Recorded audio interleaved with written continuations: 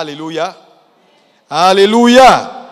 Ce matin, nous continuons avec notre étude sur les combats de la vie. On va prendre nos Bibles. Dimanche dernier, nous avons parlé donc des combats de la vie. On a vu la deuxième partie. On a vu que les combats de la vie n'ont rien à voir avec je suis juste ou je ne suis pas juste. Tout être humain qui est né d'une femme fait face à des combats, Jésus l'a dit, parce que les combats viendront, elles viendront. Le problème, ce n'est pas si elle va venir ou les combats viendront ou pas, quelle fondation tu bâtis, c'est ta fondation qui déterminera si tu vas tenir ou tu ne vas pas tenir. Et lorsque la vie est bâtie sur le rocher, qui est Christ, alors, quels que soient les combats, Dieu nous fait la grâce de tenir. Nous avons dit également qu'il n'y a rien qui peut exempter un homme d'une vie de combat. Tu feras face à des combats, à des batailles importantes pour ton affirmation, pour ton identité. Satan va questionner ton identité. Il a fait avec Jésus lui-même, qui est Dieu. Si tu es le Fils de Dieu, si il met en question l'identité de l'homme, si tu es le Fils de Dieu, transforme ces pierres en pain. Donc, frères et sœurs, vous ferez face à des combats. J'ai dit et je le répète, les combats de la vie se gagnent ou elles se perdent. Il n'y a pas de match nul dans les combats de la vie. Oui, dehors, tu peux faire des combats et puis être déclaré match nul. Mais dans les combats de la vie, il n'y a pas de match nul. Soit tu perds le combat, soit tu gagnes le combat. Alléluia. On n'arrive pas à un point dans les combats de la vie où on dit, bon écoutez, je n'ai pas battu Satan, mais Satan non plus ne m'a pas battu. Non, ça n'existe pas. Soit tu rentres au ciel, soit tu vas en enfer. Parce que l'issue du combat ou des combats de la vie, c'est soit gagner le ciel, soit perdre le ciel. Alléluia. Alléluia. Donc, ce matin, je voulais véritablement t'encourager à prendre la décision de dire, qu'importe ce qui arrivera, je gagnerai mes batailles au nom de Jésus. Oh, dis ça avec conviction. Dis, je gagnerai mes batailles au nom de Jésus. Les batailles sont à tous les niveaux. Elles sont à tous les stades de la vie. Frère, il n'y a pas quelqu'un que tu peux regarder pour dire, lui là, il a fini la vie là. Oh mon Dieu, il n'a plus de combat. Non. Même le président de la République a des combats. Frère, les combats sont à tous les niveaux. Le combat peut être marital. Elle peut être dans ta santé. La santé, c'est tout le monde. Alléluia. C'est tout le monde. Vous voyez, là, les gens sont malades. Demain, c'est lui qui est malade. Demain, tu apprends que lui, là, il est hospitalisé. Demain, tu apprends qu'on a déféré celui-là en urgence à Paris. La vie est faite de combats. Alléluia. Même manger aujourd'hui est risqué parce qu'en mangeant simplement, tu peux te créer des combats. Alléluia. Alléluia. Oui, je vous dis, manger aujourd'hui n'est plus quelque chose de... Il faut jouer il faut pas prendre à la légère. Demandez au médecin. Ils vont vous dire qu'à un moment donné, quand tu prends de l'âge, tu dois manger avec intelligence. Sinon, tu vas te créer plus de problèmes que tu n'en as. Alléluia. Donc, les combats font partie de la vie. Mais gloire soit rendue à Jésus-Christ, notre Seigneur, qui nous a donné la grâce et la faveur de combattre dans une position déjà de victoire. Donc, nous partons avantagés. Dis-moi Amen. Jésus, donc, en détruisant nos ennemis, nous les a affaiblis à notre profit. Dis, mes ennemis sont affaiblis à mon profit. Voilà pourquoi tu as de l'espoir ce matin. Alléluia. J'ai dit dimanche dernier que les combats ont un agenda. Quand Satan expose ta vie à un combat, il y a un agenda caché derrière. Et nous avons vu dimanche dernier 3 agendas majeurs. Je vais juste les citer et on va continuer avec le 4e et le 5e. Le premier agenda que nous avons vu dimanche dernier, c'était quoi? Satan va questionner ta foi. Oui. Quand Satan t'expose à des combats, c'est pour questionner ta foi. Dieu va autoriser cela pour voir jusqu'à où tu l'aimes, jusqu'à où ton engagement est. Frère, c'est un passage obligatoire parce que tu ne peux pas recevoir l'attestation de Dieu sans passer par des tests. Dis Amen bien. Et donc, peut-être tu es là, tu n'es pas encore passé par là, c'est une affaire de temps. On se retrouve dans quelques semaines, tu me diras. Alléluia. Donc, Satan va questionner votre foi. Il l'a fait avec Job. On l'a vu, il est venu devant le trône. Il a dit au Seigneur, ce monsieur-là, tu vois, il est heureux, il est content, c'est parce que tu l'as béni. Touche un peu à ses biens, tu verras si réellement il est avec toi. Le Seigneur dit, il n'y a pas de souci, je fais confiance à Job. Mais vas-y, Dieu va autoriser que Satan questionne ta foi. questionne ton engagement avec lui. Mais quand ces choses arriveront, ne perds pas la foi, ne perds pas courage. Parce qu'au finish, Dieu a toujours le dernier mot. Alléluia. Quelqu'un me dit Amen. Je veux te voir dire Amen ce soir, c'est-à-dire ce matin, et dire cela avec conviction. Dis Amen. Ton Amen veut dire ainsi soit-il dans ma vie. Alléluia. On ne vient pas à l'église pour fermer la bouche. On vient pour déclarer, parce que chaque parole que tu déclares, c'est ta destinée que tu affirmes au nom puissant de Jésus. Alléluia. Il va questionner ta foi, ton engagement. Mais regardez le cas de Job au soir de sa vie. Bien qu'à un moment donné, au milieu, Job a commencé à dire, ah, ça va pas. Il a commencé à douter. Dieu l'a récupéré et il a dit, ce que mes yeux avaient vu, mes oreilles avaient entendu, maintenant je vois la réalité des choses parce que j'ai expérimenté cela. Alléluia. Tu auras le dernier mot dans ce combat au nom de Jésus. J'ai dit, ton ennemi ne rira pas le dernier te concernant. C'est toi qui vas rire et puis la bataille est terminée. Quand tu vas rire et puis on va sonner, pow, la bataille est terminée. Alléluia. Tu riras le dernier au nom de Jésus. Amen. Deuxième agenda que nous avons vu que les combats de la vie nous imposent, c'était que les combats de la vie visent à faire de nous des victimes. Une victime, des gens qui deviennent amers avec la vie, des gens qui deviennent nerveux, qui poussent des racines d'amertume dans le cœur. À un moment donné, on joue au jeu du blâme parce qu'on est désespéré. Et on a vu également ce cas. Et en troisième élément, on avait dit que les combats de la vie également ont pour agenda de faire quoi? Dévier notre trajectoire. Parce que vous savez, quand la trajectoire d'un homme est déviée, Dieu ne peut plus rien faire pour lui. Oui, parce que la main de Dieu est puissante dans la sphère de sa volonté. Et quand Satan te sort de la volonté de Dieu, c'est une façon de te dire, tu vas mourir. C'est-à-dire qu'il n'y a pas besoin de grand chose. Et je disais ceci, je donnais cet exemple-là. Quand tu enlèves une plante de terre, tu n'as pas besoin de te fatiguer pour marcher sur la plante pour dire, je te détruis. Non. Quand tu l'as enlevé de terre, laisse ça là, il va mourir seul. Ouais. Donc quand Satan t'a dévié, il ne te poursuit plus. Parce que aussi sûr, quels que soient les efforts que tu feras, tu n'auras pas ce qu'il te faut pour atteindre ta destinée. Parce que tu es déjà dévié.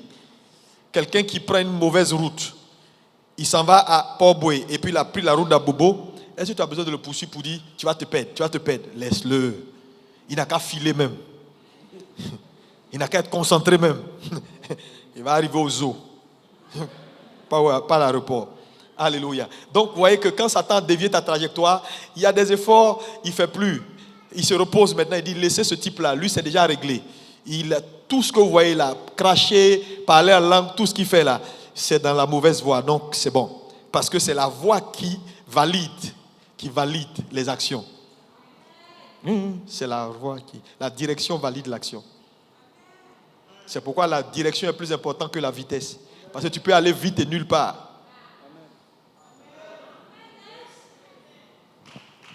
Amen. Donc quand tu vois quelqu'un courir, il ne faut pas le suivre. Il est sur quelle route? Alléluia. Ce matin, nous allons partager le quatrième agenda. Alléluia. Que les combats imposent à notre vie. Alléluia. Lisons ensemble Matthieu 8, verset 26. Matthieu 8, verset 26. Matthieu 8, verset 26. On va se lever Amen. Pour faire la lecture. Oui. Les disciples s'étant approchés le réveillèrent et dirent, oui. Seigneur, sauve-nous, nous périssons. Seigneur, sauve-nous, nous périssons. Il leur dit, pourquoi avez-vous peur? Pourquoi avez-vous peur? Gens de peu de foi. Gens de peu de foi. Alors il se leva, menaça les vents et la mer, et il y eut un grand calme. Et il y a un grand calme. Merci, veuillez vous asseoir dans sa présence. Alléluia.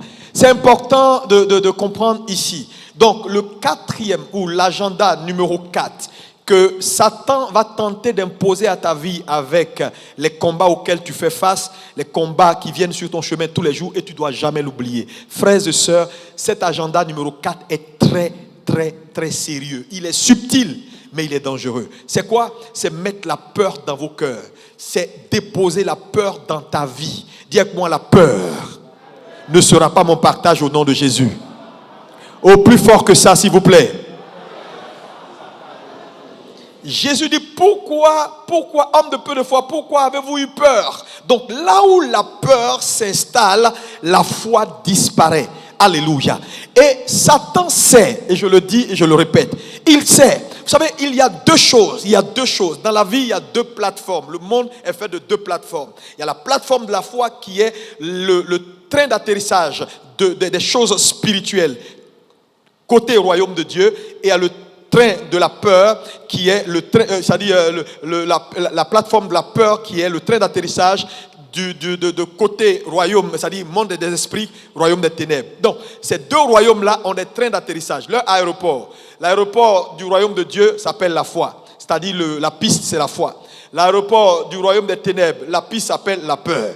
Alléluia. Dieu ne peut pas atterrir ni décoller s'il n'y a pas une plateforme qu'on appelle la foi. Satan ne peut pas atterrir ni décoller s'il n'y a pas une plateforme qu'on appelle la peur. Et la peur est une plateforme importante avec laquelle Satan travaille. Et cette plateforme a des ramifications. Numéro 1, quand la peur est déposée dans ton cœur, elle va créer l'angoisse, l'anxiété. Alléluia. Elle va te mettre dans une situation de trouble.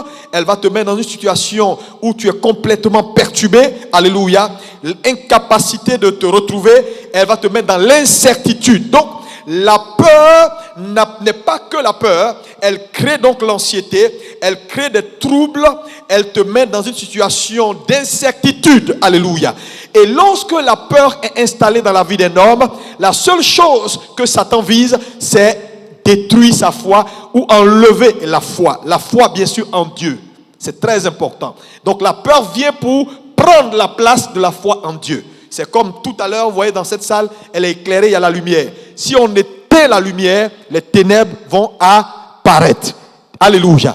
Donc la foi et la peur sont deux éléments qui ne peuvent pas cohabiter. Et je vous assure, cet agenda est très important. Satan travaille beaucoup avec cet agenda qu'on appelle l'agenda de la peur. Il met la peur dans les esprits, il met la peur dans le cœur des gens. Alléluia. La peur du lendemain, la peur de je vais manger quoi, la peur de qu'est-ce que je vais devenir, la peur de je n'ai pas ce qu'il faut, la peur de oh Seigneur, la peur de oh la maladie, la peur de je suis en train de vieillir, la peur de ah j'ai appris que mon cousin est mort, est-ce que ce n'est pas mon tour? La peur est la peur de tout. La peur n'est pas une bonne chose. Dis-moi amen. Oh dis amen bien. Donc ce que je veux que tu retiennes d'abord pour commencer sur ce point, c'est que la peur est un sentiment qui est humain, mais un sentiment négatif. Donc ce n'est pas tout ce qui est humain qui est bon. Alléluia. Je l'ai dit, je le répète, le légitime n'a pas toujours la capacité d'accomplir la volonté de Dieu. C'est pourquoi ce n'est pas tout ce qui est bon à faire ou qui est bon à prendre. Alléluia. La peur est un sentiment humain. Il n'y a personne qui peut te dire, moi je ne peux pas avoir peur ou je n'ai jamais eu peur. Les champions que vous voyez là ont leur lot de peur. Mais ce qui a fait la différence entre eux et les losers, c'est qu'à un moment donné, ils ont compris que je ne peux pas m'attarder sur la peur. Il faut shifter vers la foi. Alléluia. Voilà pourquoi ils sont ce qu'ils sont aujourd'hui. Donc, la peur est le lot de tout le monde. Mais il faut que tu retiennes que ce n'est pas un bon sentiment. Quelque chose peut être naturel, mais peut ne pas être une bonne chose. Donc, la peur est un mauvais sentiment. C'est un sentiment négatif d'angoisse en présence d'un risque ou d'une menace réelle ou imaginaire. Quand on parle de peur, la peur est un sentiment négatif d'angoisse en présence d'un risque, d'une menace réelle ou imaginaire. Ça veut dire quoi? Les hommes ont peur quand ils font face à l'incertitude. Mais cette incertitude-là peut être réelle comme elle peut être imaginaire. Mais ça reste quand même une incertitude qui amplifie la peur. Donc quand Satan vous met dans des combats, quand Satan fait perdurer votre combat, et une chose que je voulais souligner rapidement avant de continuer, c'est le fait que le péché a la capacité également de faire perdurer tes combats, parce qu'elle donne plus force à ton ennemi. Ça, c'est un point important que je veux que tu retiennes ce matin. Alléluia. Donc, quand Satan fait perdurer tes combats, l'objectif qu'il vise, c'est installer la peur dans ton cœur. Parce que la peur a des tentacules. Et par la peur, il y a des objectifs qu'il vise. Alléluia. Alléluia. Et donc, la peur est un mauvais sentiment. Dis à ton voisin, la peur ne sera pas mon partage ce matin au nom de Jésus. Vous savez, c'est une cure. En te faisant répéter ces choses, c'est une cure que nous sommes en train de faire. Tu dois le dire avec ton cœur. Tu dois le dire parce que la peur est un esprit. C'est un esprit, c'est un esprit. Alléluia. Alléluia. Dis-moi Amen. Que cet esprit-là sorte de ta vie au nom de Jésus. Alléluia. Dis encore avec moi, la peur ne sera pas mon partage au nom de Jésus. Je refuse la peur au nom de Jésus. Alléluia. La peur est également la différence entre nos attentes et ce que nous expérimentons. Donc la peur intervient ou apparaît souvent dans la vie des gens quand leurs attentes et leurs expériences sont en déphasage. Ça également c'est un point. Donc les combats dans lesquels nous passons, par exemple, j'ai un combat au niveau de la santé, j'ai un problème, ou bien tu as un problème d'hypertension, ou bien de diabète, ou bien de quoi, une maladie quelconque, ou bien de fibrome, ou bien de myome, et tu as essayé, on t'a opéré, les myomes ont repoussé, on t'a opéré, les myomes ont repoussé. À un moment donné, entre tes attentes de voir Dieu te délivrer totalement de cette affaire-là, et puis ce que tu expérimentes, les rapports des médecins, tu es désespéré. La peur entre dans ton cœur pour dire, ah, l'affaire là où ça va, c'est compliqué, pasteur. Est-ce que là, on ne va pas m'enlever parce que je te dis, beaucoup de femmes ont des problèmes. On veut m'enlever mon utérus. Pourquoi? Parce que les myomes m'ont poussé, ils sont partout, ils sont même mal placés. Le médecin veut m'enlever mon utérus. Est-ce que je vais pouvoir avoir des enfants? Et ça dit que la dame est complètement paniquée. La peur a envahi, l'angoisse, la peur du futur, la peur de qu'est-ce que je vais devenir, la peur de est-ce que je suis encore une femme si je n'ai plus d'utérus. Toutes ces choses-là travaillent pour maintenir sa vie dans le désordre, parce que la peur, elle finit par déstabiliser et par désorganiser ton système. Oui, frère, nous recevons des gens tous les jours. Même tout à l'heure, quelqu'un vient me voir pour dire, pasteur, tu m'as parlé ce matin. Pasteur, je suis malade. Regarde les maladies que j'ai commencé à développer. Parce que depuis un certain moment, je ne sais pas, la peur a envahi mon cœur. Et voilà ce que la peur est en train de faire de ma vie. Pasteur, je suis en train de mourir. Alléluia. Nos gens sont assis dans nos églises. Nos gens viennent, ils sont en costume, ils sont en cravate. Mais ils meurent à petit feu. Pourquoi? C'est un ennemi subtil. Satan sait. Cet agenda-là, elle est importante. Tout combat dans lequel Satan te met, il vise un agenda. Mettre la peur dans ton cœur. Mais c'est tellement subtil. C'est tellement subtil. C'est tellement subtil. Combien de gens qui considèrent la peur comme un ennemi redoutable? Non. Ils ont un peu peur et puis c'est tout. Ils disent, bon, écoute, c'est juste la peur. Oh, je m'inquiète pour demain. Frère, ce n'est pas une affaire de t'inquiéter pour demain. Tu as peur. Donc, quand nos attentes ne rencontrent pas notre expérience ou nos expériences, la peur naît également dans les cœurs. Alléluia. Gloire à Jésus. Gloire à Jésus. Oh, alléluia. Et donc, la peur est liée également au temps. C'est très important. La peur est liée au temps. Parce qu'elle naît souvent des projections que l'on fait du futur et de notre incapacité à répondre aux défis qui se présentent à nous. C'est-à-dire quoi? On regarde le futur, on regarde les projections de demain, de ce qu'on sera demain. On se dit, mais attends. Et dans ton incapacité de pouvoir répondre aux défis futurs, tu commences à paniquer. Une jeune sœur qui n'est pas encore mariée et qui a déjà des problèmes de fibrome, on fait quoi? Quand elle se projette dans le futur, mon ami, elle ne peut qu'avoir peur. Elle ne peut que trembler. Elle ne peut que prier. J'ai reçu une dame dans mon bureau qui n'est même pas de l'église. Je ne sais même pas si elle est de l'église. Je crois qu'elle est de l'église, mais je ne sais plus. Mais qui est venue me voir. Mais vraiment, j'ai eu mal. C'est souvent, les gens viennent te voir et puis toi-même, tu es triste. Moi-même, à sa place, j'ai eu mal au cœur. Et quand c'est comme ça, moi, j'ai une réaction. Ça dit, même ton offrande, même, je n'ai pas envie de prendre. Elle est venue et dit, je veux s'aimer, pasteur. Tu veux s'aimer pourquoi? Parce que souvent, moi, je veux savoir pourquoi tu veux s'aimer. Parce que notre objectif, ce n'est pas à l'argent des gens qui nous... Moi, ça ne m'intéresse même pas. En tout cas, je ne suis pas dans ces pasteurs-là qui cherchent l'argent des gens. Ton bien-être. Oui, parce que à moins que tu sois un sadique et un méchant monsieur qui a envie juste de prendre l'argent des gens et puis tu t'en fous de ce qu'ils vont devenir. Sinon, si tu es un homme conscient, quand même. La dame me dit elle veut s'aimer. Mais je regarde à son aspect. Je regarde à la façon dont elle était courbée. Elle n'arrive même plus à lever la tête. Pasteur, je suis jeune, voilà mon âge, voilà ce que j'ai. Pasteur, je n'ai plus d'espoir. Pasteur, on doit m'enlever tout l'utérus. Pasteur, voilà les échos. Pasteur, c'est pas possible. Pasteur, je ne sais plus. Et quand elle parle pleure, je ne sais plus ce qu'il faut faire. Pasteur, je suis perdu.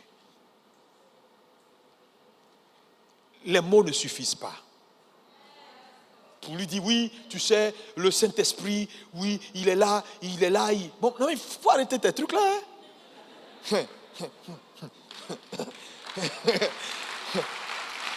Là, je ne sais plus. J'ai dit, Seigneur Jésus, il faut que tu fasses quelque chose.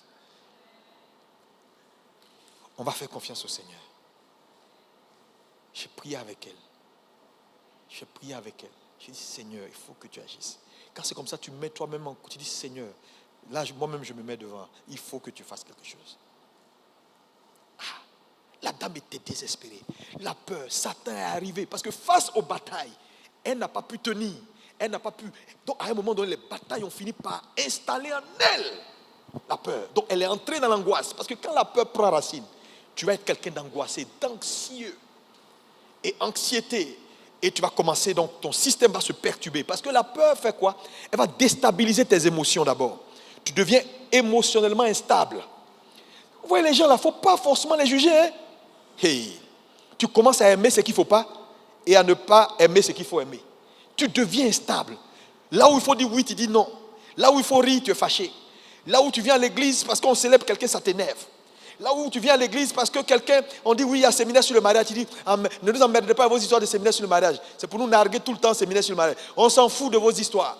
Tu commences à être un gars bizarre, une femme bizarre, qui n'aime plus la paix, qui n'aime plus le bonheur. Quand il y a fête, tu es fâché. Parce que tu dis fête là, moi je serai seul, eux seront deux.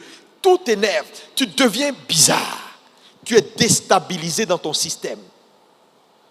Tu ne vis pas ça. Tu ne sais pas parce que tu ne vis pas ça.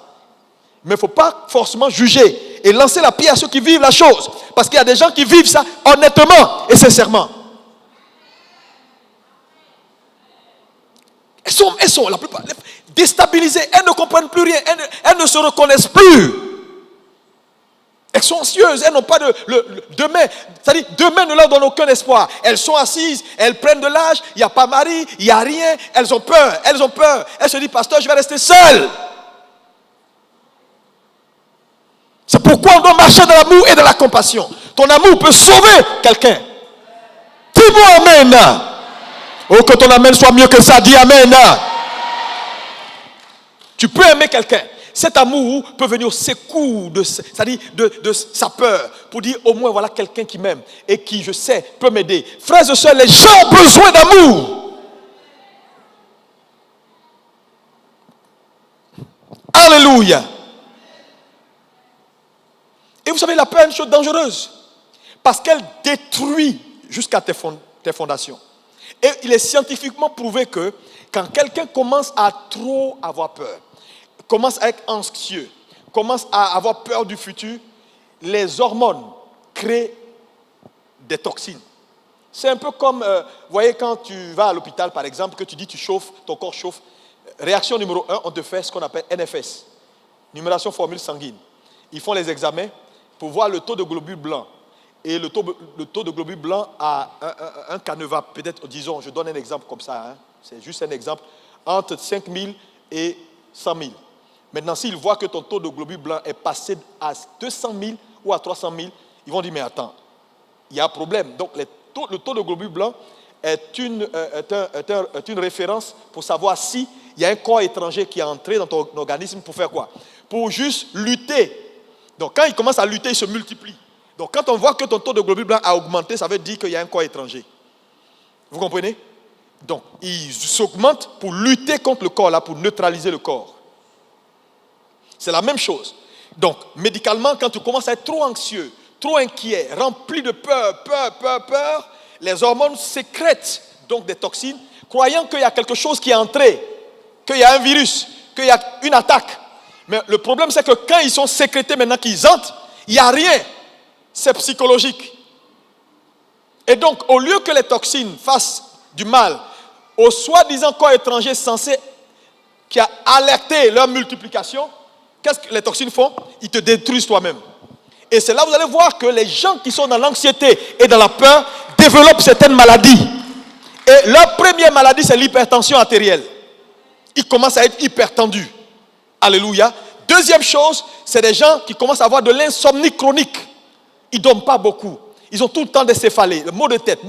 Ils ne dorment pas, leur sommeil sont mélangés.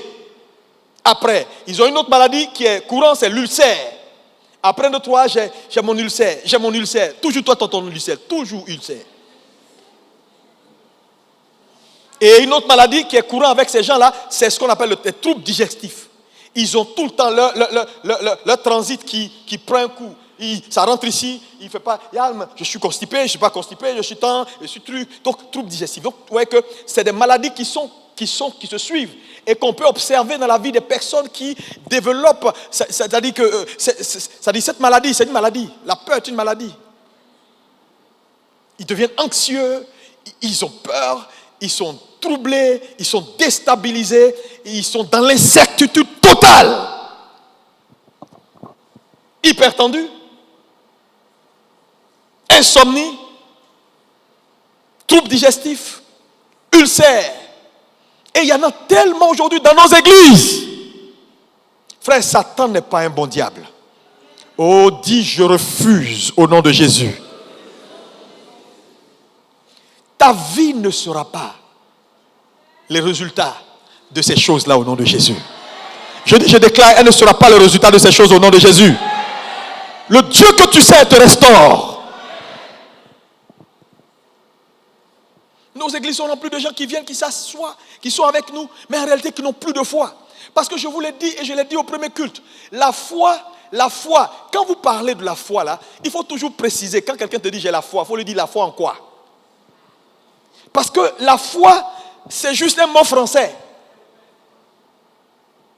Quand tu vas dans la Rousse, tu vas trouver une définition de foi. La foi, c'est un mot.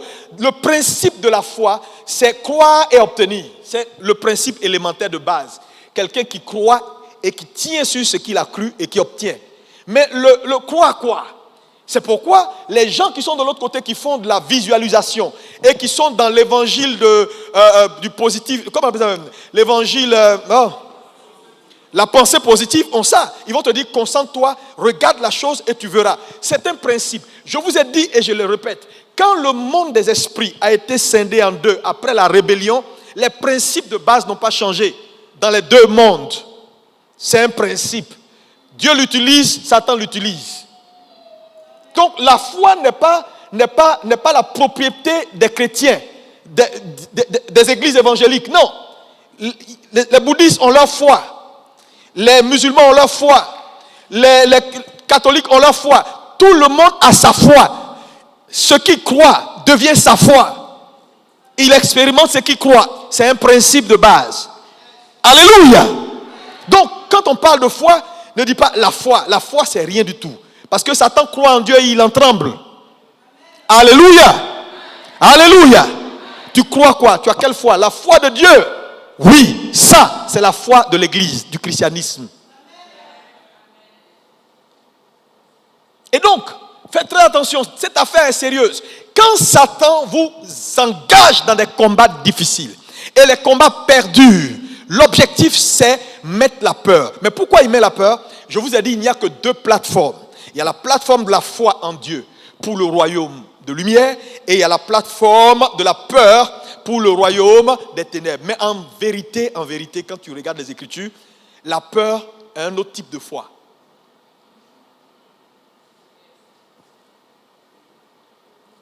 Amen. Oui.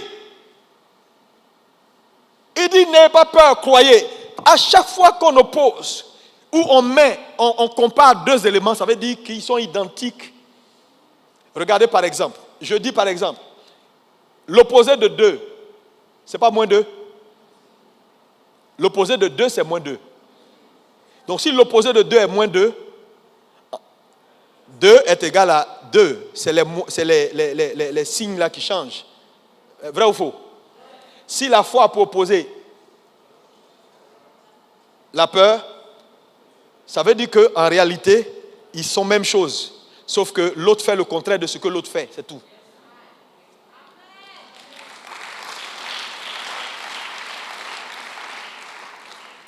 Alléluia. Alléluia. Mais les principes de base sont les mêmes. C'est pourquoi, par exemple, si on lit lis-moi le verset de Job. Job 3, verset 25. Regardez dans Job 3, verset 25. Regardez tous ici. Ce que je crains, c'est ce qui m'arrive. Ce que je redoute, c'est ce qui m'atteint. Regardez ça. Jésus, ce verset-là te rappelle quoi? Quand Jésus nous parle de crois en Dieu et tu verras. Crois en Dieu et tu verras. Ça dit, dans la Bible, c'est l'un des deux. On peut le voir dans Jérémie également. Lis-moi Jérémie également. Jérémie 42, verset 16. L'épée que vous redoutez vous atteindra là au pays d'Égypte. L'épée que tu redoutes t'atteindra. C'est un peu comme on dit, si tu crois que tu as l'argent, tu le verras. C'est systématique, il n'y a pas de doute. Mais ici, on nous dit, si tu redoutes, tu le verras. Donc en d'autres termes, souvent pour avoir quelque chose, il faut simplement le redouter. Ou bien il faut avoir peur de ça. Donc ici, c'est les mots qui changent, mais le principe reste le même que le principe de la foi. Si je crois Dieu, je verrai. Si je crois ce qu'il m'a dit, que je suis guéri, j'ai la guérison. Je suis dans un camp. Le principe de base reste le même.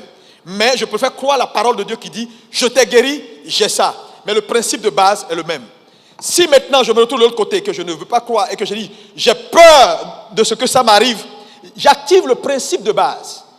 La chose arrivera. Donc, de même que la foi en Dieu est quelque chose de puissant, alléluia, ne pas avoir la foi en Dieu te donne le contraire de ce que tu redoutes. Donc la peur est un autre type de foi. Donc en réalité, quand Satan t'expose à des combats importants qui perdurent, l'objectif c'est de remplacer ta foi, d'enlever ta foi en Dieu pour mettre un autre type de foi, qui est quand même une foi.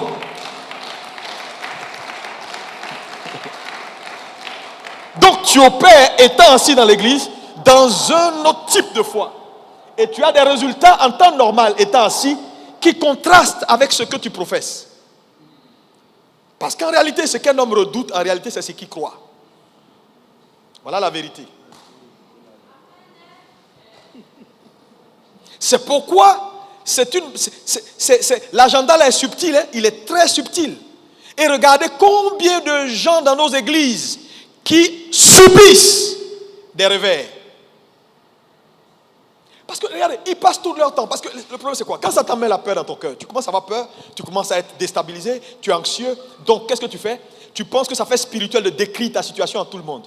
En décrivant la situation, tu décris la montagne. Tu parles. Ah oui, tu sais, on m'a dit ça, on n'a pas dit ça. Ma situation, je ne sais pas. Est-ce que moi-même, je vais me marier? Le mari ne vient pas. Oh Seigneur, oh Seigneur, oh Seigneur. Quand tu décris la situation, c'est ce qu'un homme considère qui fait sa foi. Sur quoi tes yeux sont? Qu'est-ce que tu décris chaque jour? Le problème, au lieu de parler de ta situation, parle à ta situation de Jésus. C'est aussi une autre chose. Tu regardes la montagne, tu décris toujours la montagne. À un moment donné, arrête de décrire la montagne. Maintenant, décris Jésus à la montagne.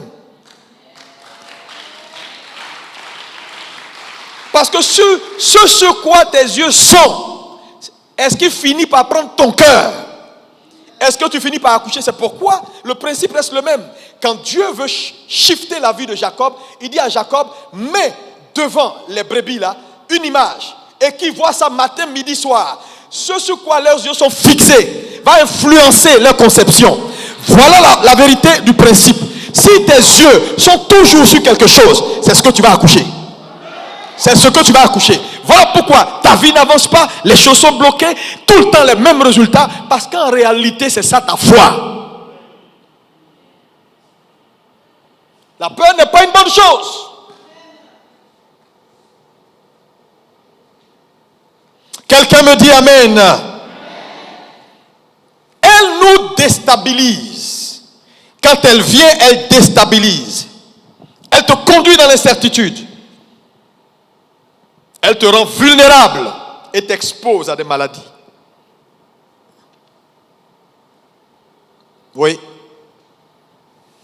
Deuxième chose que la peur fait également, c'est important. Et je l'ai dit tout à l'heure, c'est qu'elle va t'envoyer ce que tu redoutes. Elle va te donner ce que tu ne veux pas voir. Donc tu comprends que la peur est un autre type de foi. J'ai expliqué un tout petit peu pour les pharmaciens qui sont là, ils savent. Quand par exemple quelqu'un est malade et il a besoin d'être guéri, on lui administre un médicament. Quand le médicament entre, le principe actif entre dans l'organisme il va chercher un site récepteur pour pouvoir se fixer, sinon il n'est pas utile. Donc, quand les cellules sont là et que le site récepteur est libre, le principe actif libéré par le médicament se fixe. Quand il se fixe, il rentre dans les cellules et puis il fait du bien à la personne qui a pris le médicament. Maintenant, la Bible fait une déclaration importante dans Hébreux. Il dit, la parole qui leur fut annoncée ne leur servit de rien parce que cette parole ne trouva pas de foi dans leur cœur. J'ai toujours réfléchi sur cette parole pour dire, mais la parole est venue, elle n'a pas été utile pour la personne qui l'a entendue. Donc, il ne suffit pas d'entendre la parole. La Bible dit, la parole n'a pas trouvé de foi dans le cœur. Donc, ça veut dire qu'il te faut la foi pour avoir la foi. Mais en réalité, ici, le mot premier, la première fois ici, c'est quoi? La parole est venue, comme le principe actif, elle n'a pas trouvé de récepteur pour se connecter et pour être utile à cet homme. Donc, il ne s'agit pas d'entendre la parole de Dieu. Il ne s'agit pas de recevoir une bonne prédication. Il ne s'agit pas de dire, oh, j'ai senti Dieu. J'ai senti que Dieu était vraiment dans la salle. Oui, on peut le sentir et ne pas partir avec lui.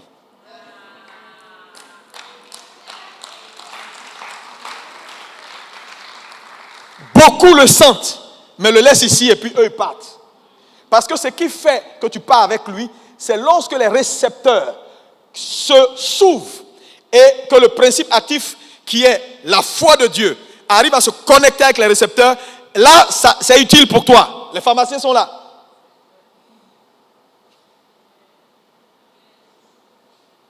C'est important, Église.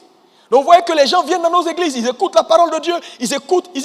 Mais c'est pourquoi, parce que je me suis posé la question. 365 jours, on prêche, on enseigne la parole de Dieu. Le Saint-Esprit est là. Les messages sont précis, sont construits, c'est-à-dire sont pédagogiques et ont pour objectif de guérir. Mais pourquoi les gens n'arrivent pas à être guéris? On ne peut jamais me remettre en cause la parole de Dieu. Jamais. En tout cas, moi, je ne vais pas remettre en cause la parole. Je ne le ferai pas. Parce que la parole a fait ses preuves. Et Dieu l'a exalté au-dessus de lui. Donc, ça ne peut pas être Dieu le problème. Ça doit être le peuple.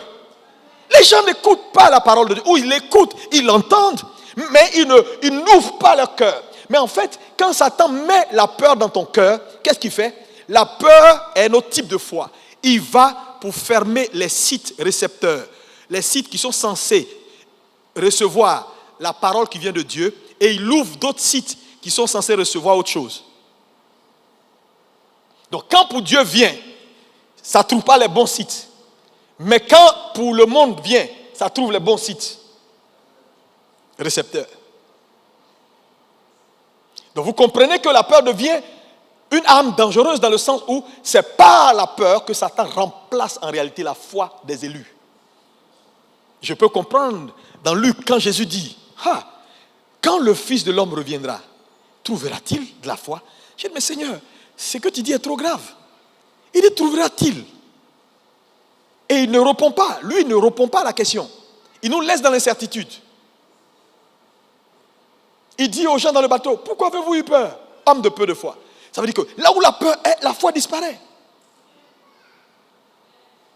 Je peux comprendre que beaucoup de gens sont assis, en réalité, ils n'ont plus la foi en Dieu. Non, ils aiment la présence. Par la culture, par l'habitude, on peut aimer la présence de Dieu.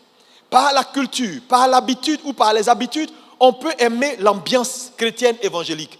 Par la culture, par l'habitude, on peut aimer la parole de Dieu, mais intellectuellement. Je vous le dis.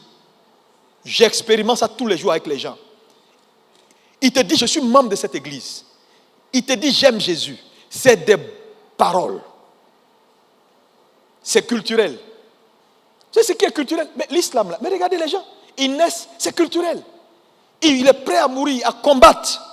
Mon ami, il ne sait pas grand-chose. Il ne sait pas ce qui va s'arriver. Si réellement, il y a des belles femmes qui vont le prendre au paradis, il n'est au courant de rien. Lui, culturellement, il est engagé. Ce n'est pas des choses basées sur des convictions. C'est pourquoi, quand l'évangile entre réellement et que ces gens-là découvrent la vérité, ils sont sauvés. Et aujourd'hui, en Iran, le nombre de saluts, on dit l'évangile grandit dans le monde. C'est le lieu où l'évangile grandit le plus au monde en ce moment. Les statistiques sont très claires. Très claires. Il y a des gens dans le palais des rois princiers, dans les Émirats là. qui se sont convertis. Personne ne sait. Jésus est en train de travailler. Hein? Jésus est sérieusement en train de travailler. Attends, tu prends un enfant, son papa est musulman imam. Quand il est dans sa chambre le soir, qui est là-bas avec lui? Il a son Facebook. Il est sur Mensa Otabil, tu ne sais pas. Il est sur TDJX, tu ne sais pas. Il prie, tu ne sais même pas. Il sort devant toi, il fait il s'en fout. Il sait que ça là c'est du pipeau, il n'est pas avec toi. On a vu le roi de Syrie qui était avec Naaman. Il dit non, Naaman qui était avec le roi de Syrie qui dit écoutez, ce gars-là, je dois le suivre partout où il va. Même quand il va même adorer un chien, je dois aller avec lui. C'est Dieu Baal, là, j'ai pris une portion de terre. Partout où je vais, quand je fais comme ça, les gens croient que c'est devant leur Dieu alors que c'est devant ma portion de terre. Les gens, ils savent. C'est vous qui croyez que, frère, je te dis, il y a des gens qui entrent dans la mosquée, ils sont assis là parce que le temps n'est pas encore venu. Papa dit, lève-toi. On a vu Kone Moussa, il a été fils d'imam à côté de son père. Il a fait ça là pendant un moment avant de sortir. Les gars, ils s'en foutent. Ils font ça. Tu dis, il fait comme ça, il fait. Il pense à Jésus. Quand tu fais comme ça, il fait. Il pense à Jésus. Toi, tu penses à autre chose. Lui, il pense à Jésus. Ce n'est pas le geste. Il sait que ce n'est pas le bon moment. Que si tu sors maintenant, ça peut être très dangereux pour toi. On peut même te décapiter. Donc, il attend. Un matin, il a son bac, ton truc, on l'affecte aux États-Unis pour aller faire ses études. Tu attends, il est pasteur. Les parents, le temps de crier, lui, il a fait asile là-bas il y a longtemps. Ils sont pleins comme ça, les fils de ces gars-là, qui ont changé leur veste au dernier moment. Église, réveillons-nous. L'enjeu, c'est ta foi. Ce que Satan vise dans les combats de la vie, c'est ta foi. Parce que si Satan t'a pris ta foi, il t'a tout pris.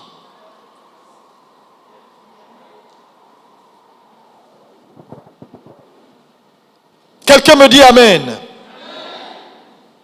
Les combats de la vie t'exposent à la peur. Parce que la peur vise également à te séparer de Dieu. Oui. Quand un homme entre dans l'angoisse et commence à être peureux. Ben, lis-moi Genèse 3, verset 8. On connaît l'histoire. Quand Adam et Ève ont eu peur à Éden, qu'est-ce qui est arrivé? La peur a tout dérangé dans leur système. On a entendu ta voix, on a eu peur. Parce qu'on est nu. Conséquence, c'est quoi? Dieu les a chassés d'Éden. Tu sais, tu ne peux pas demeurer dans la présence de Dieu en opérant sous cette plateforme qu'on appelle la peur. À un moment donné, c'est toi et Dieu, ça ne marchera plus. Ce n'est pas possible. Les chrétiens peureux qui ont peur de tout. On dit, on va aller faire ça. Pasteur, tu es sûr que ça va marcher? Pasteur, ça là, tu es sûr? Ah, pasteur, moi, je ne suis pas trop sûr. Hein. Ah, pasteur, tu es sûr? Ah, oui, un cafard. Ah, un cafard. Oh, Seigneur. Un cafard. Un cafard bleu. Je n'ai jamais vu ça. Seigneur. Il ne dort pas dans la chambre. Il prend son matelas et tout, il s'en rend quelque part. C'est un sentiment humain, la peur. Je ne dis pas que la peur n'est pas un sentiment humain. Mais tu dois vaincre ce sentiment humain qui est négatif. Oui. Parce que c'est un ennemi féroce qui est avec nous et qui est au quotidien en train de chercher à gagner du terrain. Il gagne du terrain. Tu as mal au pied, il va te dire, tu vois, tu n'as pas vu qu'ils ont coupé le pied de ton joli pied pour faire le malin. Attends, tu vas voir. Douleur qui est là. Depuis tu pries, est-ce que ça finit? Et puis tu commences à avoir peur. Oh Seigneur. Maintenant, tu vas commencer à développer un comportement. Tu vas croire que c'est un comportement de foi alors que c'est un comportement lié à la peur. Tu vas aller faire des jeûnes et prières, mais qui ne sont pas conduits par la foi, mais par la peur.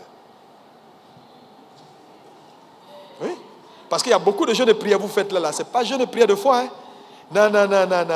Un sorcier a crié. Hey! Tu dis, il faut qu'on jeûne. Il faut qu'on prie. Parce que là, sinon il risque de nous faire mal. Hein? C'est un comportement qui suit la peur.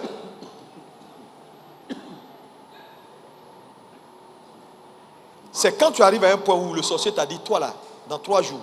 Et puis tu le regardes, tu dis, moi, dans 2 jours. Toi, c'est dans 2 jours que tu vas partir. Et puis, quand tu as fini de parler là, tu ne vas pas prier. On dit, hey, lui là, il croit. Tu ne vas pas perdre le temps. Oh Seigneur, à chaque peu, oh Seigneur, je prie, protège-moi. Le feu. Quand tu entends un bruit, oh le feu me couvre. Non. Que Dieu te libère de la peur au nom de Jésus. Que Dieu restaure ta foi ce matin au nom de Jésus. Dis Amen, je reçois. La peur sépare de Dieu.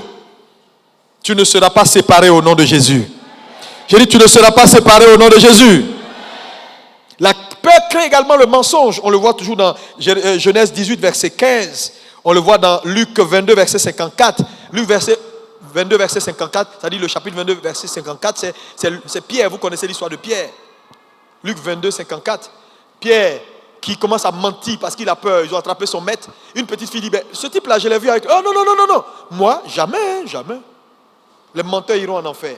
Tu vois jusqu'à où la peur peut dévier ta vie. Jésus a dû rattraper Pierre. Vous savez, l'affaire est sérieuse. Pierre, est-ce que vous savez que Pierre s'est coupé des disciples? La peur n'a pas fait que amener Pierre à mentir. Il a renié Jésus. Il dit, moi, jamais. Ce monsieur, je ne l'ai jamais connu. De temps en temps, j'ai une cousine là qui dit qu'elle aime, donc je la suivais pour la chercher, pour l'envoyer à la maison, et puis je le voyais. Sinon, moi-même, ce type-là, lui et moi, jamais. Ça, c'est la peur, ça. Les hommes mentent parce qu'ils ont peur. Mais Dieu ne ment pas parce qu'il n'a peur de personne. C'est pourquoi il est le Dieu de la vérité. Quand il dit, je t'ai béni, tu peux mettre ta vie dessus. Il n'a pas consulté le passé, le présent et le futur. Et il n'a peur de personne.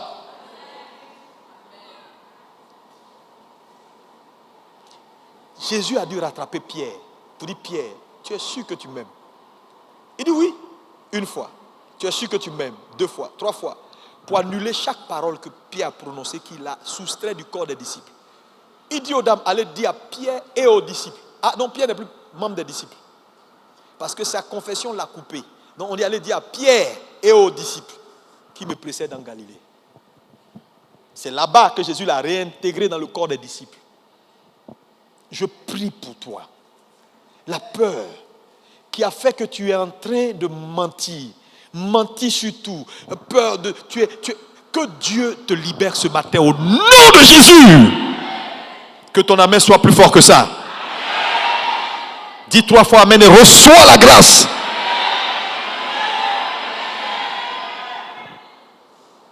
Ce n'est pas une affaire qui va partir demain. Hein. C'est un exercice important que tu dois. C'est-à-dire, c'est permanemment, c'est délibéré. Mais regardez, vous prenez de l'âge pour certains. Dès que tu as mot de tête, Satan te dit, tu vois, c'est fini. Ça, c'est pas mot de tête, ça, c'est tu meurs. Mais Satan est mauvais. Et surtout, si tu aimes regarder Internet matin, midi, soir, et puis on dit, ah, il s'est mort. Ah non, non, non, le cousin est mort. Ah non, le gars qui t'a fait le CM2, il est mort. On dit, non, non, il est mort d'AVC. Tu dis, Donc dès que tu es là, même quand ce n'est pas des signes, tu dis, Vous qui aimez lire les trucs bizarres. Non, attends, je vais aller sur santé. Quels sont les signes d'AVC? Et puis tu es là, AVC signe, on dit, tu transpires. Ok. Maux de tête. Tes yeux, tes paupières bougent. Allez lire. Dès que tu as maux de tête, Saint-Esprit. C'est pas AVC ça. Satan veut te tuer. Parce que c'est ce que tu redoutes qui...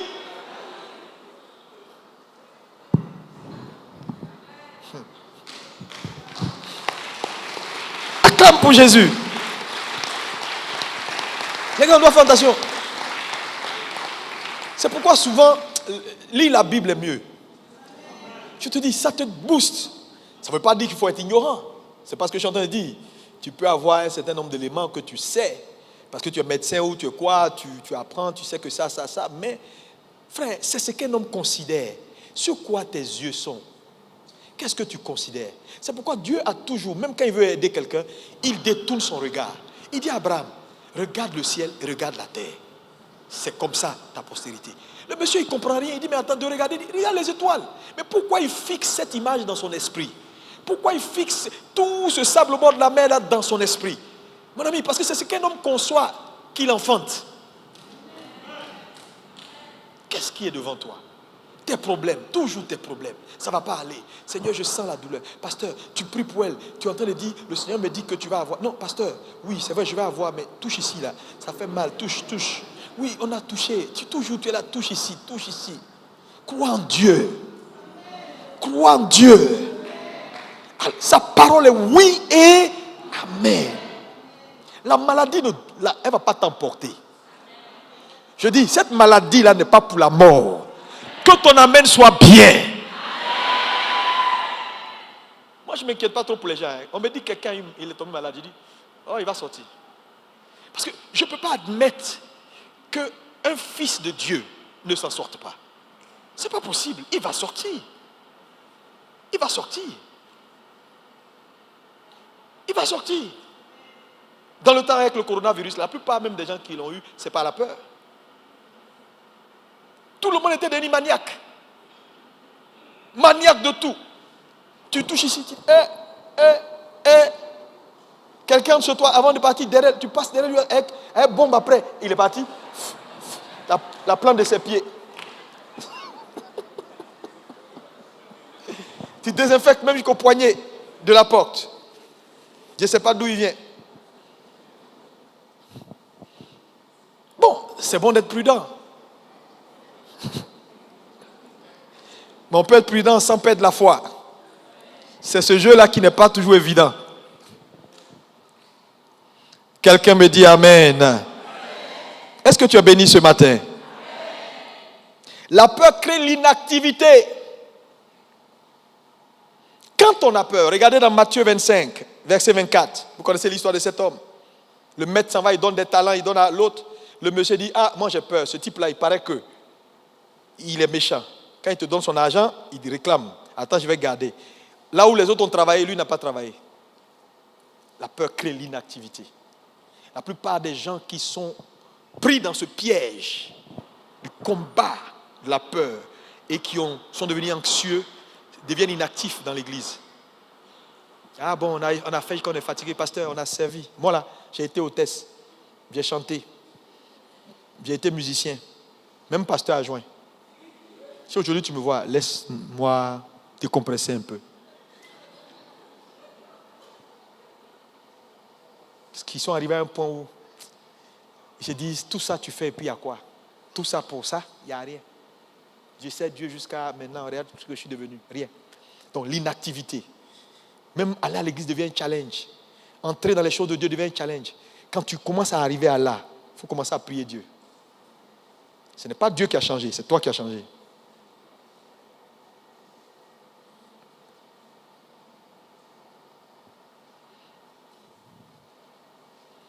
Alléluia. La peur enlève tous tes espoirs et elle détruit ta confiance en Dieu.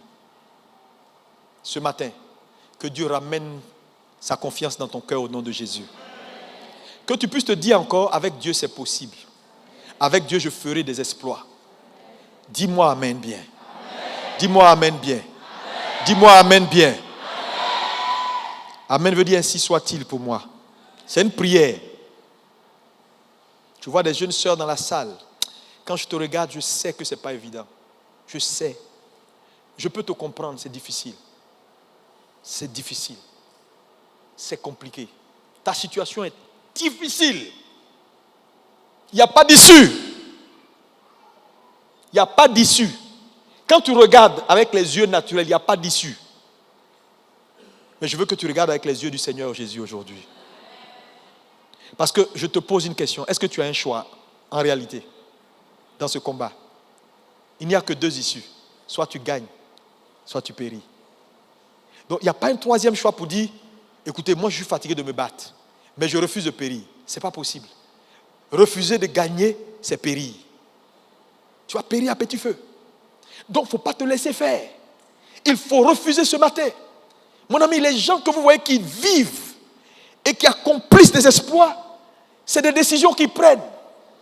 C'est des décisions qu'ils prennent. Personne n'ira chercher ton avenir et te le donner sur un plateau d'or. Va chercher ton futur. Paye le prix. Casse la baraque. Mais dis, en tout cas, quand je vais entrer au ciel, à mon tour, là, quand on va dire mon nom, là, les anges vont se lever parce que le vrai vainqueur est entré. Qui vous a dit c'est facile? Qui vous a dit c'est facile? La plupart des gens, regardez même les fils de la deuxième génération, de ceux qui ont été prospères, puissants jusqu'à un certain niveau, la plupart de leurs enfants, là, ils ne foutent rien du tout. Parce qu'ils ont hérité des biens, ils ne savent même pas comment on fait. Et après leurs parents, là, ils disparaissent tous dans l'anonymat. Frère, devenir avoir un grand nom. Je comprends pourquoi Dieu dit, je rendrai ton nom grand, parlant d'Abraham. Frère, la Bible dit, espérant contre toute espérance. Ça veut dire qu'il n'y avait pas d'issue. Mais Abraham crut. Et la foi est puissante. C'est un principe de base. Tu l'actives, tu verras. C'est comme si un païen sème, il moissonne. Un chrétien sème, il moissonne. Ça dépend de quoi tu sèmes. Le principe reste le même. Et ce matin, tu peux refuser. Tu peux refuser pour dire à Satan, tu ne mourras pas. Là, tu es en train de me rendre malade même déjà. J'ai ulcère, tout le temps ulcère, tout le temps des maux de ventre, tout le temps des temps, mais c'est terminé. C'est fini. Dis Satan, c'est fini. C'est fini. Je préfère croire en Dieu jusqu'au bout. S'il n'y a rien, ce n'est pas grave. La foi a une récompense. Au moins, j'aurai une récompense. Les 7 récompenses d'Apocalypse sont là. Dieu nous les a déjà montrées. Donc, on peut se motiver avec ça. Mais ne perds pas espoir. N'arrive pas à un point où tu ne peux plus te battre. Vous savez, quand tu vois quelqu'un perdre la bataille de la vie, c'est avec sa permission. Il a capitulé. La plupart des gens, même à l'hôpital, quand tu vois quelqu'un malade, et puis à un moment donné, les médecins essaient et puis disent, non, c'est bon, il ne va pas durer. Ça veut dire que c'est terminé. Il se laisse mourir. Mais si tu dis, je refuse, Satan, je refuse, ça là, ça va partir. Et quand tu refuses là, tu prends des dispositions. Ce matin, je vois quelqu'un qui s'en sort au nom de Jésus. J'ai dit, je vois quelqu'un qui s'en sort au nom de Jésus. 5e élément important, on va aller, puis je termine avec. 5e élément. 5e agenda des combats de la vie. Quand la vie t'engage dans des combats, cet agenda-là est inévitable. C'est ce que Satan poursuit. En dernière position, voilà son agenda qui poursuit. Fais taire ta voix. Quand il a questionné ta foi, tu es arrivé à t'en sortir et ton engagement, il va tenter de faire de toi une victime. Quand il n'a pas réussi, il va tenter de dévier ta trajectoire. Quand il n'a pas réussi, il va aller à l'avant-dernier qui est le plus subtil, la peur. Quelque chose dans ton quotidien, tu dis c'est normal pour te tuer à petit feu. Ça, c'est ça. La peur, c'est ce qu'il peut faire. C'est l'arme à petit feu. Il te tue à petit feu. Et il atteint les mêmes objectifs. Et quand il n'a pas pu là également, il dit, bon écoutez, le dernier, c'est éteindre sa voix. Il faut effacer le son de sa voix sur la terre des vivants. Je déclare, tout agenda dans un combat que tu mènes, destiné à faire taire ta voix, ce matin, je déclare par la puissance du nom de Jésus, reçois la victoire au nom puissant de Jésus-Christ de Nazareth. Déclare, je ne mourrai pas. J'accomplirai ma destinée sur la terre des vivants. Au nom de Jésus. Amen. Frères et sœurs, quand Satan a tout fait, c'est éteindre le son de ta voix. Parce que la voix est l'expression de la vie. Quand un homme a la voix qui est effacée, il n'a plus d'expression. Hier, on me disait que la dame du Irielou est décédée. Du vivrier. Il y a 2 semaines, elle était ici. Elle est venue me voir ici. Elle vient souvent. J'étais même surpris. J'ai dit, tu es venu faire quoi ici? Ah non, je suis venu, on parlait. Parce qu'elle me racontait tellement de choses. Il y a ça à faire, il y a ça, il y a ça, il y a ça, il y a ça. On essaie ici, on fait comme ça. Pasteur, prie pour moi. Pasteur, ça là, c'est compliqué. Et la dernière fois, elle me dit, ça fait mon ventre est bizarre. Des mois, j'arrive plus à faire ce qu'il faut faire naturellement. C'était compliqué. Mais bon, c'est chacun a sa voix, donc tu parles, tu ne peux qu'être un conseiller, tu ne peux pas forcer quelqu'un à prendre Jésus même dans son cœur. Frère, le monde est devenu dangereux. Cette grande dame, regardez, c'est fini. Le son de sa voix a disparu de la terre des vivants. Ça, ce sont les combats.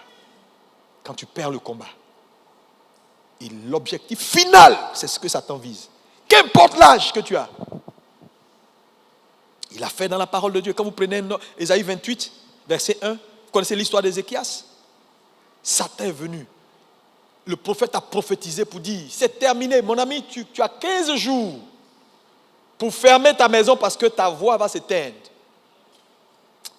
J'aime Ézéchias.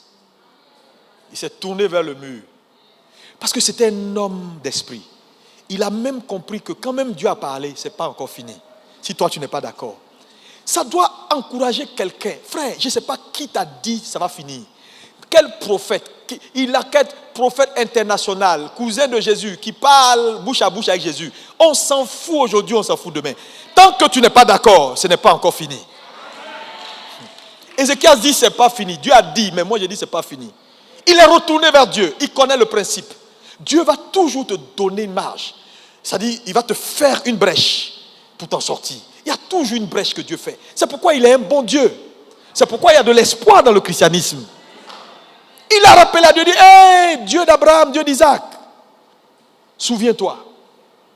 Quand mes prédécesseurs, les Manassés, la faisaient n'importe quoi dans le temple, c'est moi, Ézéchias, quand j'ai pris le pouvoir, qui a restauré la gloire. Dieu dit, c'est bon. Monsieur le prophète, go, va lui dire qu'il vivra. Sois le menteur et que moi je sois le juste. Frère, Dieu est prêt. Dieu est prêt à renverser le protocole. Dieu est prêt à croiser son bras sur ta vie. Si tu es d'accord pour dire ce n'est pas fini, je prophétise ce matin que le Dieu d'Abraham croise ses bras sur ta vie, qui brise le protocole. Que quelqu'un soit fait menteur pour que la gloire de Dieu soit dans ta vie au nom puissant de Jésus. Dieu va détruire la parole d'un prophète pour te donner la vie. Il s'en fout de la réputation du prophète. Enfin, quoi, la réputation du prophète? Il dit, va lui dire que tu t'es trompé et qu'il va vivre. La même bouche qui a annoncé ta perte viendra annoncer la gloire de Dieu sur ta vie. Au nom de Jésus, je prophétise. Quiconque t'a regardé et a dit tu t'en sortiras pas, ici à Abidjan, viendra te dire, mon ami, il t'appelle, prends courage, comme ils l'ont fait avec Bartimée. Toute bouche qui t'a bloqué, qui a déclaré, qui a dit ça n'ira pas, quelles que soient les prophéties qui ont été libérées sur ta vie, ce matin, par la raison de l'onction et la puissance du nom de Jésus, je commande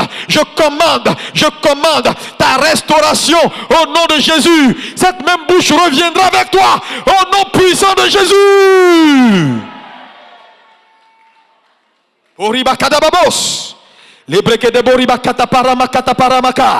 Je dis, ce n'est pas encore fini. Regarde ton voisin, dis, voisin, ce n'est pas encore fini.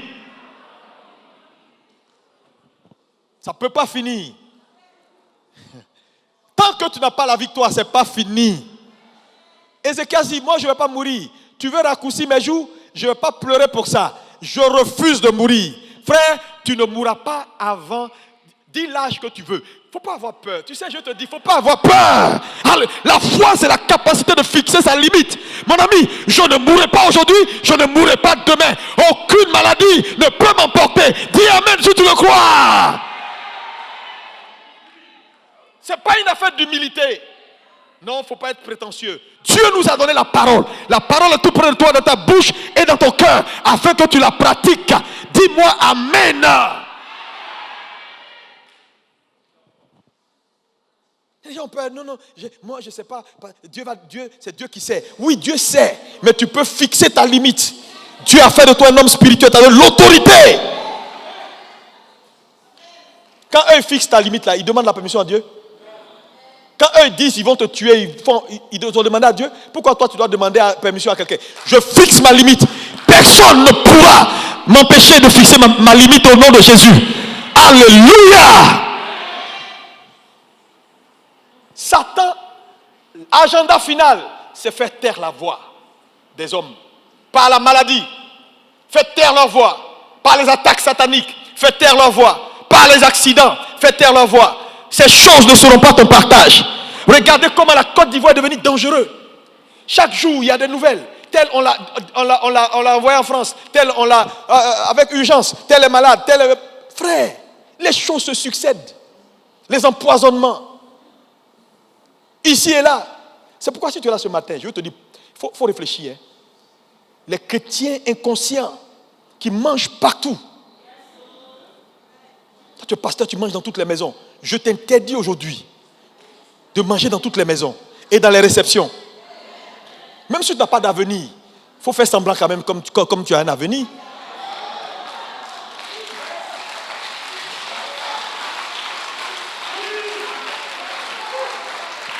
Les gens que tu vois là, tu penses que ce sont tes camarades. Non! Frère, le monde est devenu dangereux. Tu es assis quelque part, on vient un coca, on dit non, j'ai servi ça, ton coca dans la... Et puis tu ne sais même pas, tu es là, non. On te sert quelque chose que tu n'as pas vu, tu ne bois pas. Ce n'est pas de l'orgueil. Je suis un homme de destinée. Le pasteur Biodoum, je disais ça tout à l'heure. Donne-moi la bouteille d'eau là, s'il te plaît. Alléluia. Il dit, c'est lui qui m'a appris ça. Il dit, tu sais, Bishop, il dit, quand on te donne une bouteille d'eau, même quand c'est fermé, il ne faut pas boire. Appuie ça comme ça, avec force. S'il n'y a pas, psst, tu peux boire. Si ça fait un peu de bruit, mon ami, on ne boit pas, il y a seringue. Non, on m'a donné, tu es là, tu regardes. Ah non, c'est fermé. Il faut rester là. Ils vont piquer quelque part, et puis ils vont... Appuie ça comme ça. Bon, maintenant, tu me donnes, il fait quoi? Alléluia. Tu dis, ah, mais pasteur. Alléluia. Il faut se méfier, hein, les gars. Non, on était dans une association de pasteurs. Qui t'a dit qu'il n'y a pas pasteur jaloux? On est entre nous pasteurs, on est entre causeries, on est entre nous frères. Qui t'a dit qu'il n'y a pas frère jaloux? Tu es là, quelqu'un guette ton mari, tu sais? Vous êtes dans l'association. Attends, je sais ton mari. Parce qu'il sait. Ou bien, je te dis. Ou bien guette ta femme. Comme on va l'éliminer doucement pour prendre sa place. Donc si elle est là, elle va dire, bon, numéro 1, calcul numéro 1, j'entre dans son périmètre. Je deviens protocole attitré. Elle baisse les gardes, je deviens son gars. Et ok, quand je lui donne à manger, elle ne contrôle plus. Je lui donne à boire, elle ne contrôle plus. Et quand je la finis, et puis après je dis au pasteur, oui, le Saint-Esprit m'a dit, tu sais, si c'est vrai que c'est plus elle, mais c'est... Le monde est dangereux. Le monde est dangereux.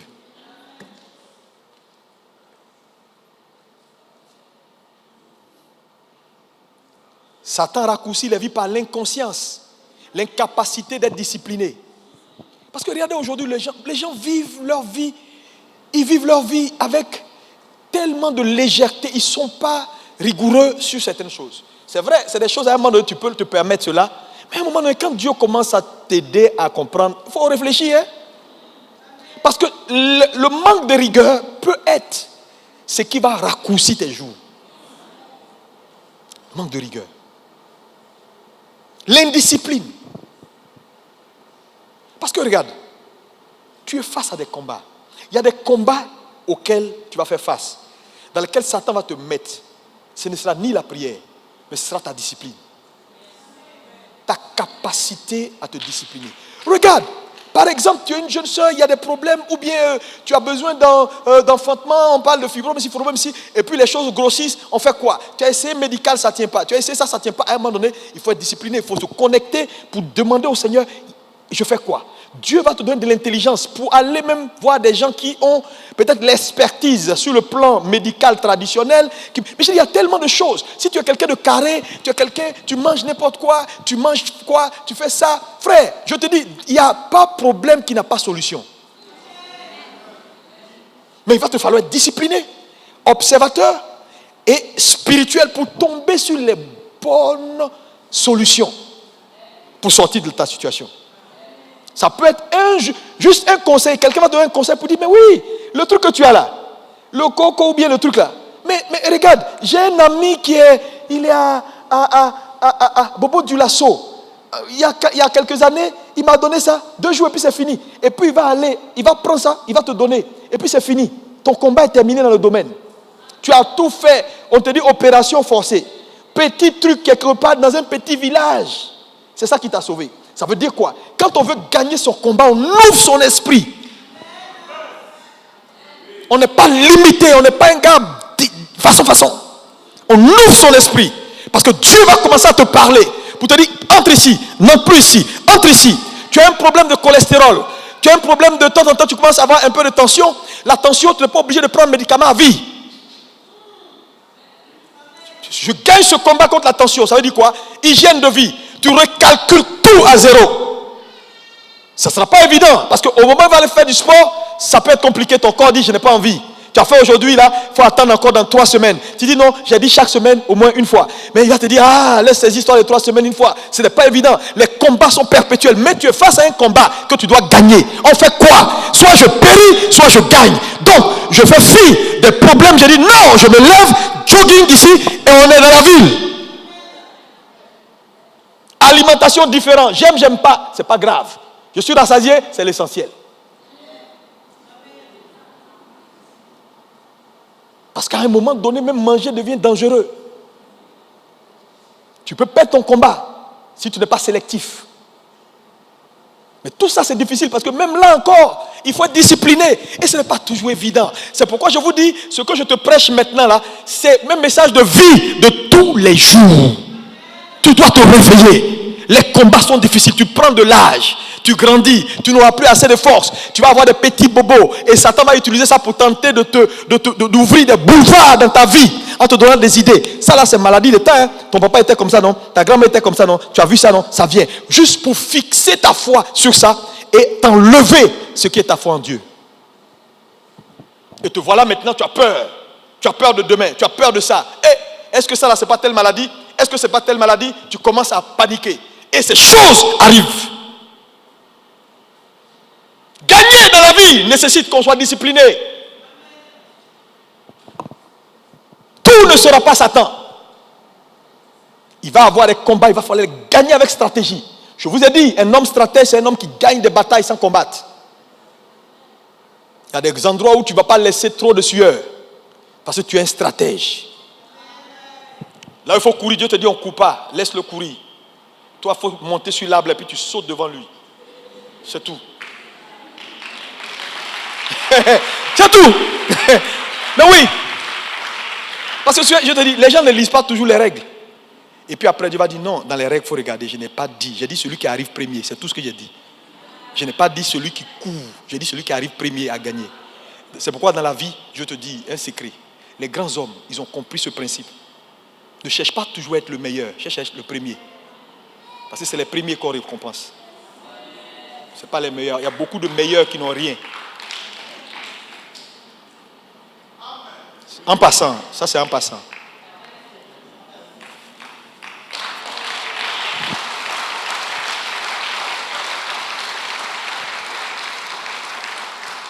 Qui est béni ce matin? Qui est béni ce matin? Jean 11, verset 1. Lazare, Satan a voulu raccourcir sa vie. Éteindre sa voix. Mais il a réussi. Mais ce qui est bien dans l'affaire de Lazare, c'est que Lazare avait capitalisé avec son amitié avec Jésus. Dans la vie. Tout ce que vous faites compte. Il y a des gens qui perdent la voix. Et c'est pour toujours. Il y en a qui perdent et qui retrouvent.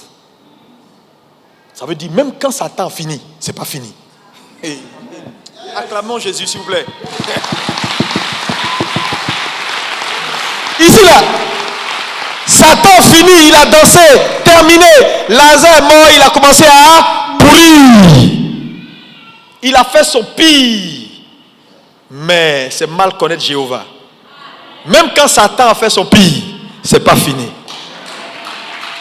Lazare était l'ami de Jésus. Ce n'est pas pour rien que la Bible met un accent sur le fait qu'il soit l'ami de Jésus. Hein. Les gens pensent qu'on dit il était l'ami de... Non, tout le monde n'était pas ami de Jésus. On dit Lazare était ami de... Ça veut dire quoi? De son vivant, il a capitalisé sur cette amitié. Et ça a compté pour lui. Je prie Dieu pour toi. Frère, tu ne connais pas demain.